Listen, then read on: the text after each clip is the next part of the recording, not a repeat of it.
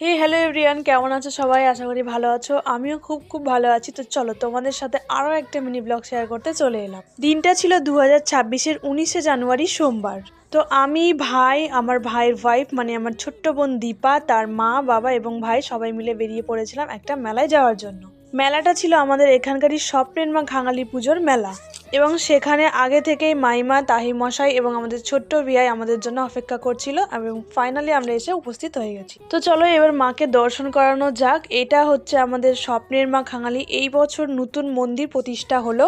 এত বছর মায়ের পুজো হয়েছে কিন্তু মায়ের মাথার উপর ছাদ ছিল না, বাট 2026-এ মায়ের আশীর্বাদে মায়ের মাথার ওপর ছাদটা তৈরি হয়েছে, এবং মায়ের মন্দিরটা ভীষণ ভীষণ সুন্দর হয়েছে। তার সাথে মায়ের মূর্তিটা তো অতুলনীয়।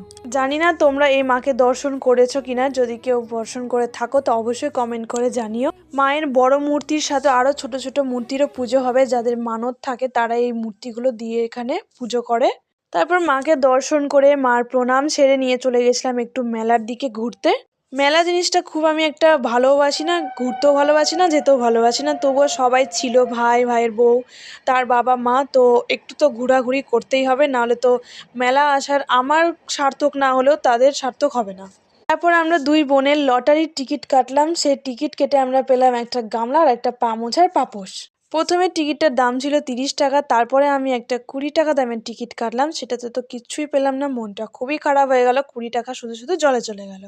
যিনি টিকিটটা বিক্রয় করছিলেন তিনি আমাদের আগেই বলেছিলেন 30 টাকা দামের যদি কাটো কিছু না কিছু একটা পাবে, কিন্তু 20 টাকা দামের যদি কাটো সেটার কোনো গ্যারেন্টি নেই। আজকাল তো কোনো মানুষেরই গ্যারেন্টি নেই, তো 20 টাকা দামের টিকিটের কি গ্যারেন্টি থাকবে বলো? সে যাই হোক, আমাদের প্রত্যেকের কাছে আনন্দটাই ফ্লেভার। আর দেখো, আনন্দ করতে গিয়ে এরা দুই ভাই বোনে কি শুরু করতে চলেছে। তারা নাকি দু ভাই বোনে এখন জাম্পিং করবে, আমাকে অনেক করে বলছিল, বাট আমার একটু ভয় ভয় লাগছিল যদি ভেঙে পড়ে যায়, কেমন কেমন একটা লাগছিল, তাই আমি আর উঠলাম না। এরকম না যে আমি উঠিনি, আমিও খুব আমাদের বাড়ির কাছে যে রথের মেলাটা হতো সেখানে আমি উঠতাম, ভালো লাগতো, কিন্তু দেখো আনন্দটাই কিন্তু ফ্লেভার।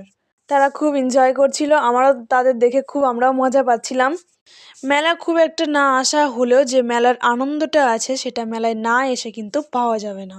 এমন না যে আমি আগে থেকে বা ছোট থেকে মেলাটা পছন্দ করতাম না, মেলাতে আমিও আসতাম, খুব আনন্দ ফুর্তি করতাম, কিন্তু যে মানুষটার সাথে মেলায় আসতাম সেই মানুষটা আমার কাছে এখন আর নেই।